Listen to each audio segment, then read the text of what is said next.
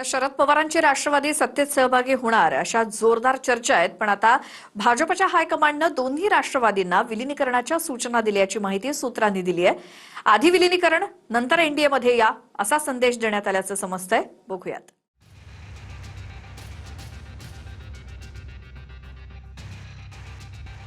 आधी विलिनीकरण करा आणि मग एनडीएमध्ये सहभागी व्हा, अशा सूचना भाजपच्या हायकमांडने दोन्ही राष्ट्रवादींना दिल्याची सूत्रांची माहिती आहे. आधी दोन्ही राष्ट्रवादींनी एकत्र यावं, मग एनडीएमध्ये सामील व्हावं. विलिनीकरण झाल्यावर दोन्ही गटांना केंद्रामध्ये प्रत्येकी एक मंत्रिपदाची ऑफर सुद्धा देण्यात आल्याची माहिती सूत्रांकडून मिळते. शरद पवार यांची राष्ट्रवादी म्हणून एनडीएमध्ये येण्यापेक्षा विलिनीकरण करून या, असा भाजपचा आग्रह आहे. तर भाजपच्या सूचनेनंतर सुनेत्रा पवार अस्वस्थ असल्याचं कळतं. शरद पवार यांनी मात्र यावर बोलण्यास नकार दिलाय.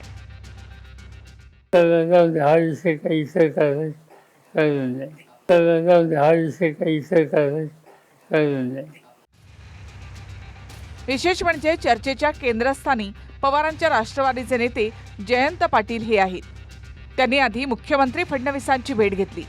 त्यानंतर उपमुख्यमंत्री एकनाथ शिंदे यांना सुद्धा ते भेटले. पण विलिनीकरणाची चर्चा नाही किंवा एनडीएमध्ये सहभागी होण्याचं निमंत्रण सुद्धा नाही, असं जयंत पाटील यांचं म्हणणं आहे. पक्षाच्या विलिनीकरणाची चर्चा आमच्या कोणाशी सुरू नाहीये. कोणतीही विलिनीकरणाची चर्चा या क्षणापर्यंत झालेली, अशा कोणत्याही चर्चा आमच्या कोणाशी चालू नाहीये. आता प्रसार माध्यमातून वेगळ्या बातम्या येत आहेत, हे पाहून आमचीच करमणूक होते. आता त्याच्यावर वारंवार प्रतिक्रिया कशी देणार?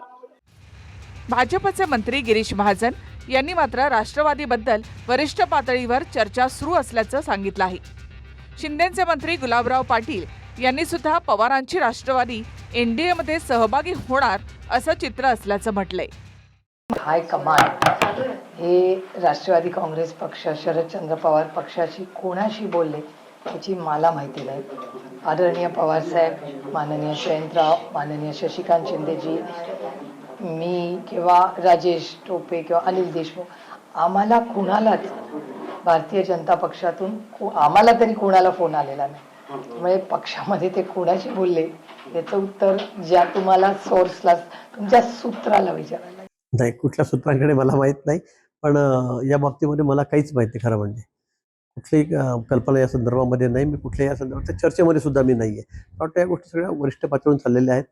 माननीय मुख्यमंत्री महोदयांना या संदर्भात माहीत असेल, आमच्या अध्यक्षांना माहीत असेल आणि केंद्रीय नेतृत्व जे आहे त्यांच्याशी या बाबतीमध्ये बोलणं होत असेल. आता राष्ट्रवादीने काय करावं हा राष्ट्रवादीचा प्रश्न आहे. आणि मला तरी असं वाटतंय की दोघं राष्ट्रवादी हे वरती केंद्रात किंवा राज्यात देवाभाऊ किंवा शिंदे साहेबांच्या संपर्कामध्ये आहे. त्यामुळे एनडीएमध्ये ते सामील होतील हे चित्र स्पष्ट झालेलं आहे. पवारांची राष्ट्रवादी सत्तेमध्ये सहभागी होणार आणि जयंत पाटील अर्थमंत्री होतील असं बोललं जातंय. पण तुर्तास जयंत पाटील अर्थमंत्री पदावरून उघडपणे बोलत नाहीत.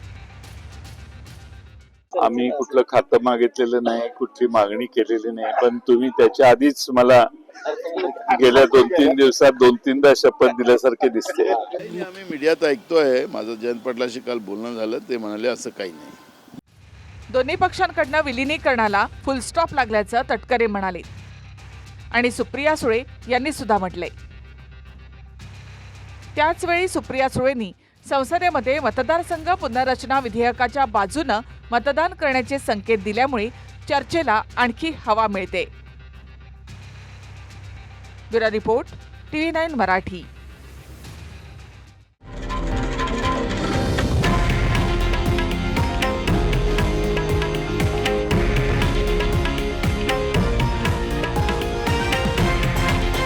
हे आहे देशातील नंबर 1 न्यूज नेटवर्क आणि आपण पाहत आहात TV9 मराठी, एकमेव.